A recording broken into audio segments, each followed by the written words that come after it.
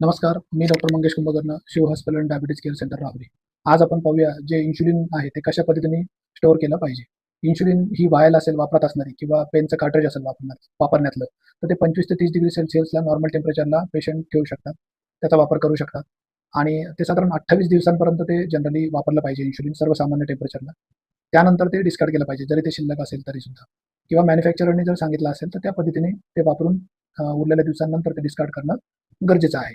त्याच्यानंतर जे इन्शुलिन आहे, जे वापरात आहे, ते एकदम अतिउष्ण ठिकाणी ते ठेवणं अपेक्षित नाहीये.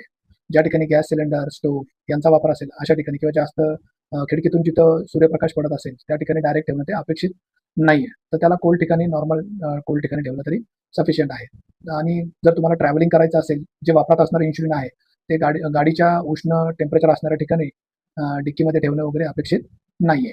तर त्याच्याऐवजी ट्रॅव्हलिंगमध्ये जे वापरात असणारं इन्शुलिन असेल किंवा एक्स्ट्रा कार्ट्रेज असेल, तर ते कोल्ड बॅग्समध्ये ठेवणं अपेक्षित आहे.